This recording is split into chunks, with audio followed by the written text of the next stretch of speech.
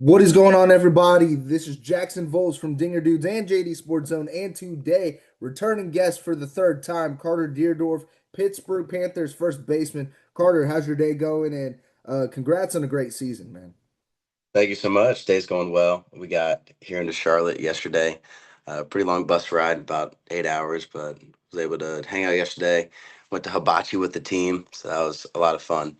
And then today went over to UNC Charlotte, had a little practice, and stopped by Truist Field and saw where we're going to be playing tomorrow. And it's absolutely beautiful, man. So I'm excited.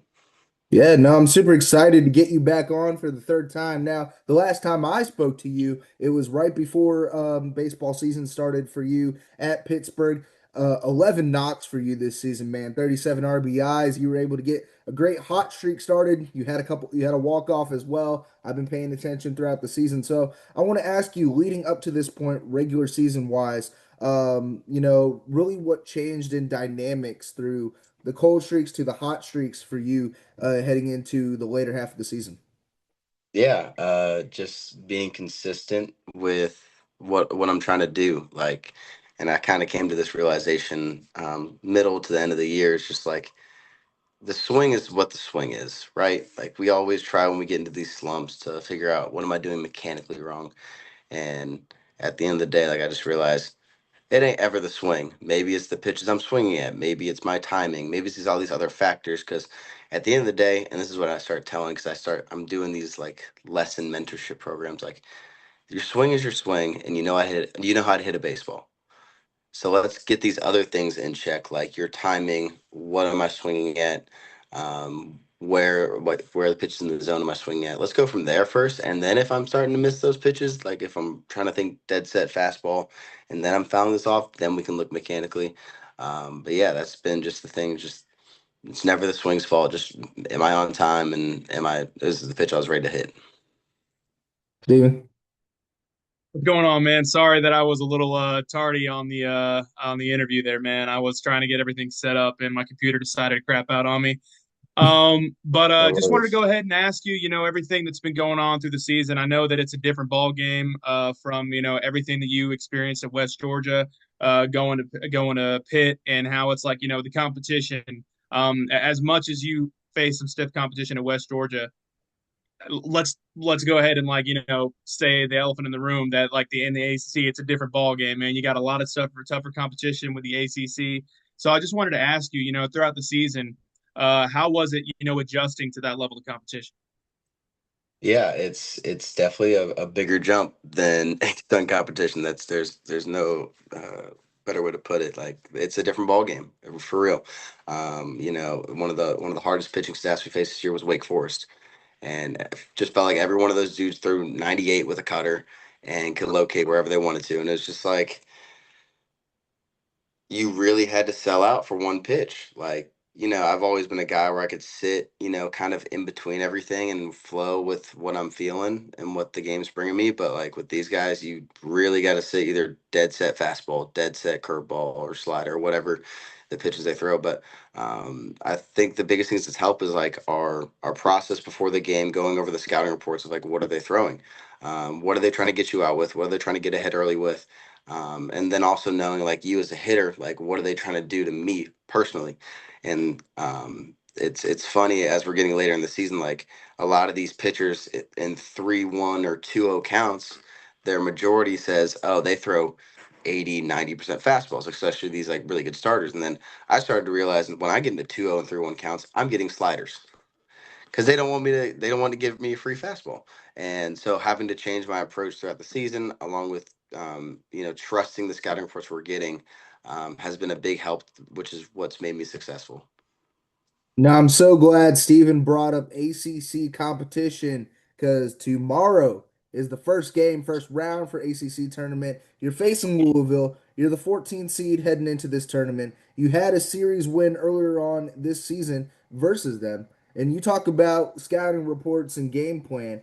What is your mindset heading into your first, I guess, ACC tournament versus Louisville compared from a regular season atmosphere to playing in Charlotte tomorrow?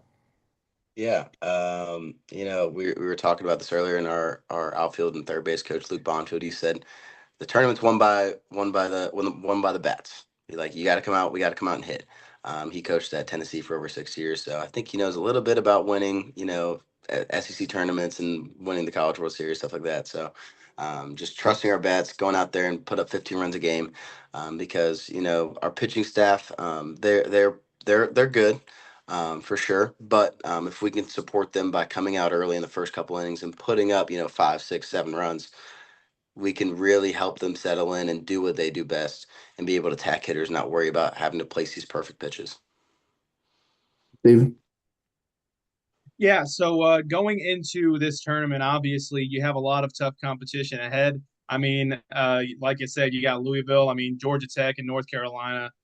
They've been, dominating this season, especially Georgia Tech. I mean, coming from a Georgia Bulldog fan, they just seem to be the the one team that just like has our number, especially this season. So the one thing I want to ask you is that I know that like when you go look at a tournament like this, you have to worry about those teams, but you obviously have to just worry about the game ahead. Is it just like a game by game, process for you guys when you're preparing for these tournaments, or do you like have that thought process in your mind of just like, hey, we get through this team, we're playing this team, and we're playing this team?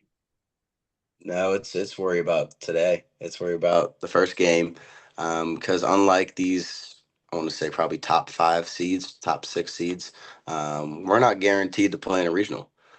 We had that opportunity the last 3 weeks of the season to get an at-large bid. We didn't get the job done, so now we're worried about we got to win this tournament, which is kind of a benefit to us because you look at these top 5, 6 seeds, like they're pretty much already locked in into a regional. Some are hosting. So they're more worried about preparing for a regional. We're more worried about beating their butt right now. And so if we can go out there with that mentality, like, hey, this might be our last game, especially us seniors. We had senior day this past weekend. We had 20 seniors, so a lot of us our last college baseball games, like give it everything we got. So I feel like that serves as an advantage to us because we're not worried about running out of pitching. We're not worried about saving guys for the regional because there might not be a regional for us. Now, I do actually want to ask this because I understand you are a senior, but this is your first season in ACC ball with Pittsburgh, and I'm looking at some of the senior staff members as well. Caden, Lorenzo, Sebastian. What is the biggest piece of advice maybe you've gained throughout the season heading into, as again, Steven said, bigger competition day by day sort of basis versus, oh, obviously this Louisville team, but biggest piece of advice heading into these big moments? Knowing that there's more pressure on the other side. Like, I've been in a lot of big spots this year, and I've came through in a lot of big spots this year, and that's just going up there realizing like I don't have any pressure because one, I've been through this. This is my 4th year of college. Like I've been through every single scenario you could think of, and then two, it's like I'm not. I don't know. Like I never really feel pressure in these spots. To me, it's just like I'm gonna win. Like if it's me versus you, I'm gonna win. Like I really look back to, I have like there's like 3 vivid memories this season. Like one against Stanford where we're down a run in the the top of the ninth, and I go ahead and hit a go ahead home run against, especially when I'm facing like, because you know like the grade these other kids are in. I think this kid's like a freshman or sophomore. Like I've been through the black. This kid does not know nothing, and like just having that like seniority over these kids and knowing that like I've been through the game hundreds of thousands more times than these kids. Like he ain't gonna beat me. So I just like the mentality of like you're not gonna get beat. I've done so much work, put so much stuff done behind the scenes. I've X amount of years over these guys. Like they got nothing that I ain't never seen before, and they ain't gonna beat me. Steven? You mentioned before that, coming from West Georgia, going into ACC, about how everything's a step up in competition. Whether it's the other guys with the bats, or like you said, going up against Wake Forest in that pitching, upward in velocity. So the main thing that I'm very curious about is just the mechanics of adjusting to that type of fastball, adjusting to that type of speed, because it's like you said, you're selling out on that 98, and then if an off speed comes and you're swinging at something in the dirt, you have to do it, especially when it comes to a fastball inside. So I just want you to go through just like the mechanics of what you had to work on in order to, you have to adjust your swing because I mean, like you said, with that up change of velocity, it takes a lot for a hitter to adjust to that speed in order to make some solid contact. Yeah. I will say the nice thing we're in college, so these aren't professional guys, but it seems the harder they throw, the less they know where it's going. And so honestly, the adjustment is just not swinging. Like you go look and they just posted this today, but like I lead the ACC in walks, and I'm number 4 in the country in walks. And people ask, well, man, like go look at West Georgia last year, and I think I had it was 64 Ks to 34 walks, and this year I have 56 walks to 33 Ks. So like, man, like what did you change? And I always make a joke saying, well, the umpires got better, which is true. We have an umpire that we call Trackman whenever he comes umpires us because he's just phenomenal. But yeah, the umpires are really good at this level. We always have ACC umpires, and then two, like not swinging at I guess pitches I can't do damage on early in the count, which then typically leads to them not throwing strikes and then me getting walked. I look at a lot of kids and they're swinging away at a fastball on the upper outer half of the plate, and they're just fouling it off or swinging through it. And I'm just like, what are you doing up there? Like, if we're having the same approach here, because we just got done with our meeting, and this is not necessarily towards our hitters, because we lead the country in walks, so we all have a pretty good idea of what we're doing up there. But I'm looking at like others of these other kids, and they're swinging at these like just bad 0-0 pitches or 1-0 pitches, especially like advantage counts pitches, and they're just fouling them off. I'm like, you're just digging yourself in a hole. Whereas I rather take that pitch, whether it's a ball or if they dot it for a strike, so be it, and work that count and make the pitcher work. 'Cause I know I used to pitch. I know how hard it is to throw strikes, and especially be able to locate where it's not something that they can do damage on. No, I actually do want to ask this because I want to kind of throw it back to regular season momentum because I look at your series versus Virginia, sweep of Virginia. Honestly, a great weekend for you. Had a couple reposts there, and we talk about advice as well. Because I look at majority of the lineup and it's 22, 23-year olds, which veteran experience is a big hand side of things.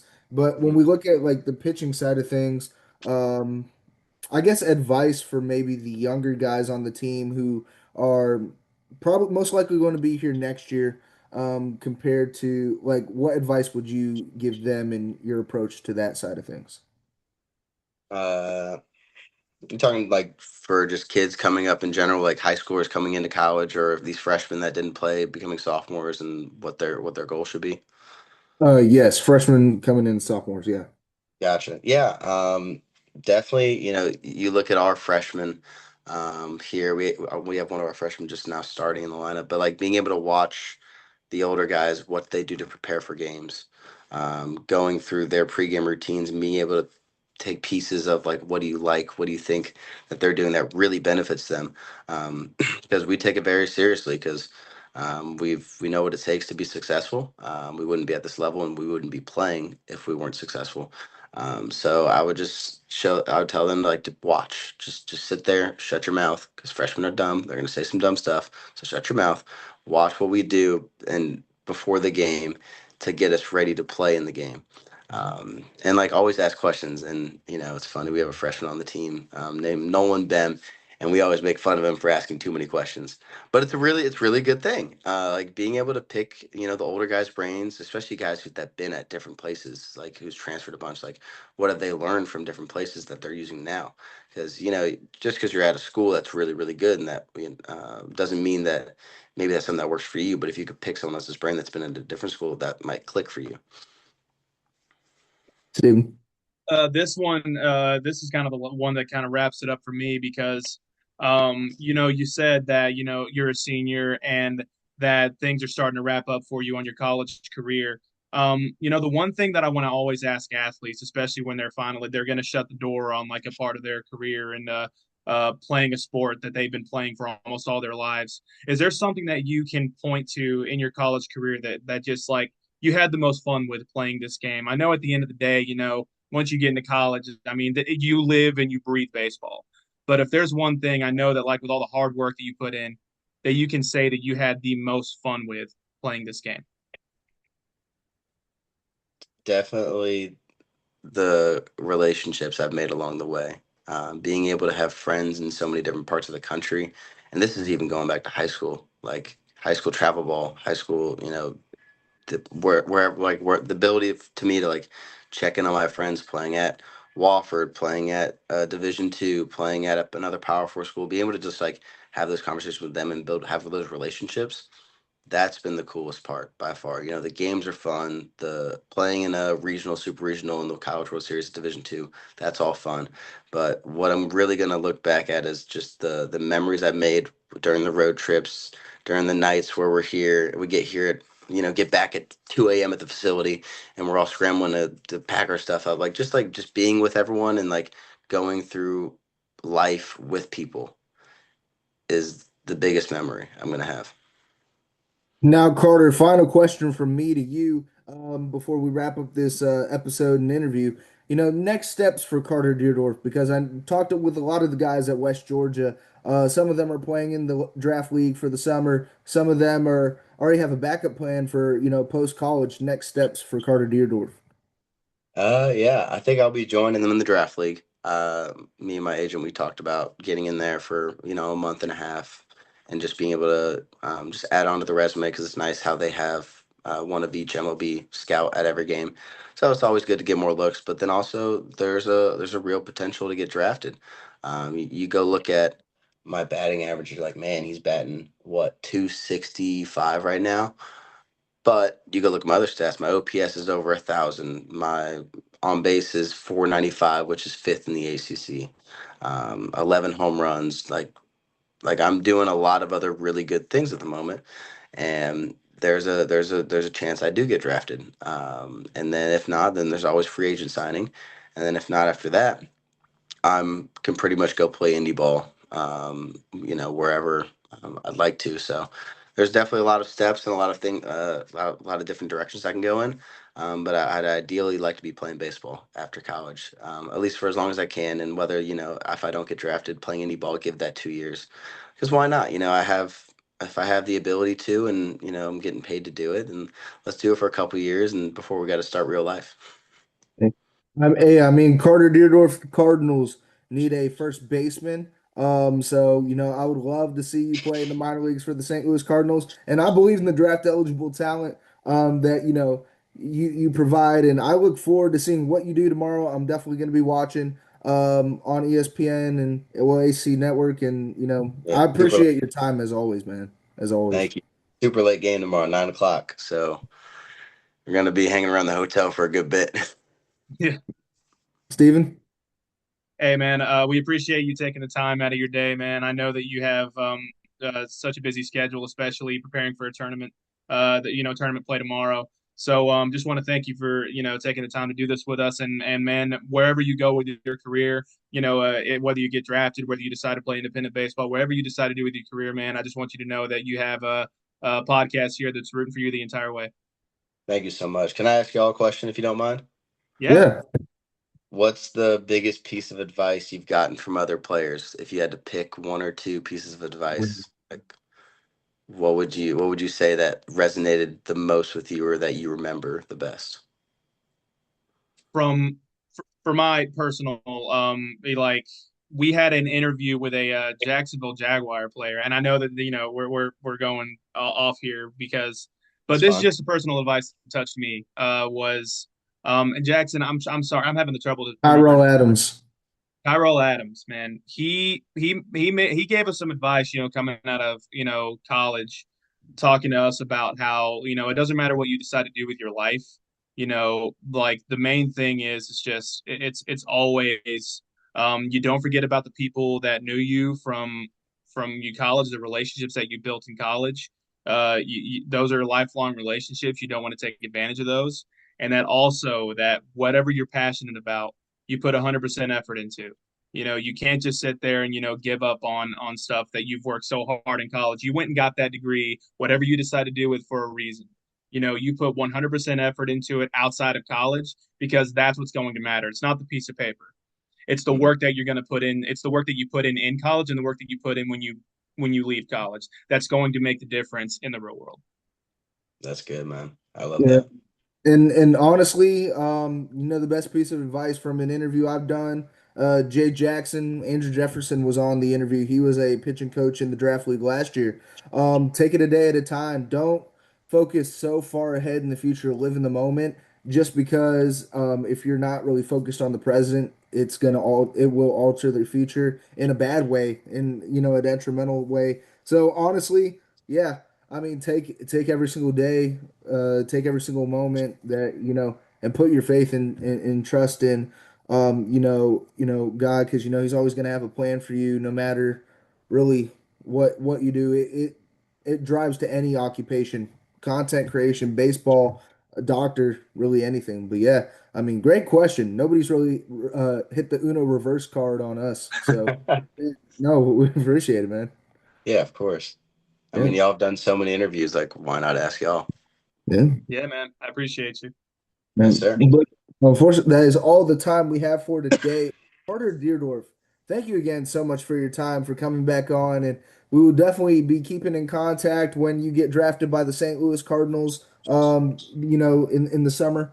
So excited to see what you do tomorrow, and congrats on, making it this far in collegiate baseball in your career, Thank you man. so much. Hey, if we win the tournament, we're gonna do another podcast because apparently it's gonna be Mhm. good luck if we win. So Yes, we'll Hey, do sir. one Yes, before the sir. next regional. Hey, man. Just make sure that like, hey, you got that trophy with you. Got that trophy with you when you do it, I'll man. I make sure. I'll appreciate make sure we got it. it. All right, man. All right.